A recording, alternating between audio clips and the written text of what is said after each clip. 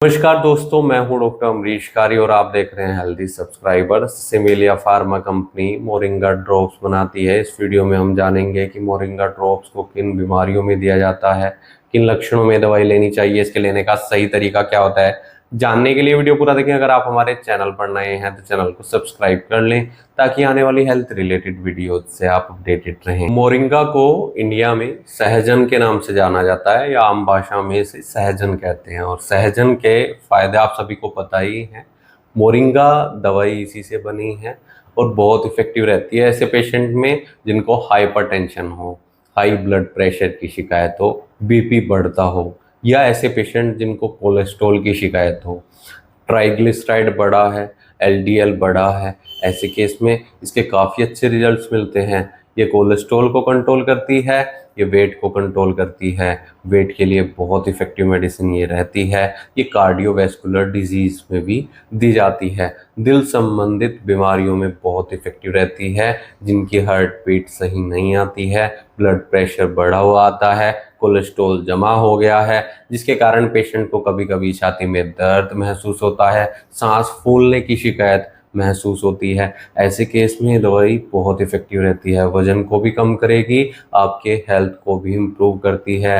इसे हम शुगर के पेशेंट में भी देते हैं। अगर पेशेंट को डायबिटीज़ है, लंबे टाइम से ब्लड शुगर लेवल फ्लक्चुएट होता रहता है, बढ़ता रहता है, तो ऐसे केस में इसके काफ़ी अच्छे रिजल्ट्स मिलते हैं। डायबिटिक पेशेंट में भी दी जाती है, हाइपरटेंशन के केस में दी जाती है, कोलेस्ट्रॉल के केस में दी जाती है, ट्राइग्लिसराइड को कंट्रोल करती है। दवाई एंटीऑक्सीडेंट होती है, इसके काफ़ी अच्छे रिजल्ट्स मिलते हैं। ये अल्जाइमर डिजीज़ में भी दी जाती है। अल्जाइमर डिजीज़ जहाँ पेशेंट को भूलने की शिकायत हो गई है, ये आमतौर पर बुजुर्ग पेशेंट्स में देखने को मिलती है, 60 प्लस के पेशेंट में देखने को मिलती है। लेकिन अगर यंग एज में भी हो जाती है तो उसको भी ये दवाई ठीक करती है।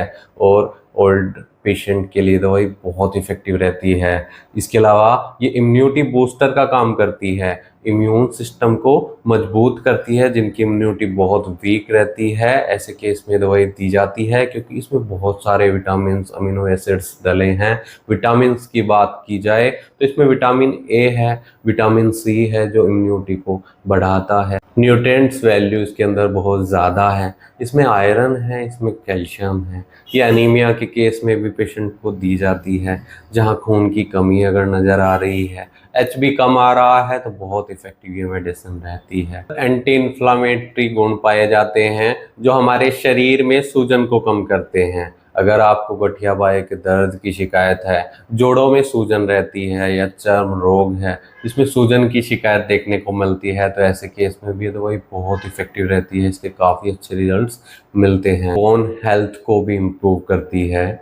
हमारे जोड़ों में अगर दर्द रहता है, हड्डियाँ कमज़ोर है, तो इनको भी मजबूती देने का काम करती है क्योंकि इसमें कैल्शियम बहुत ज़्यादा मात्रा में है। और ये काफ़ी अच्छा रहता है हमारे बोन्स के लिए, हमारे टीथ के लिए।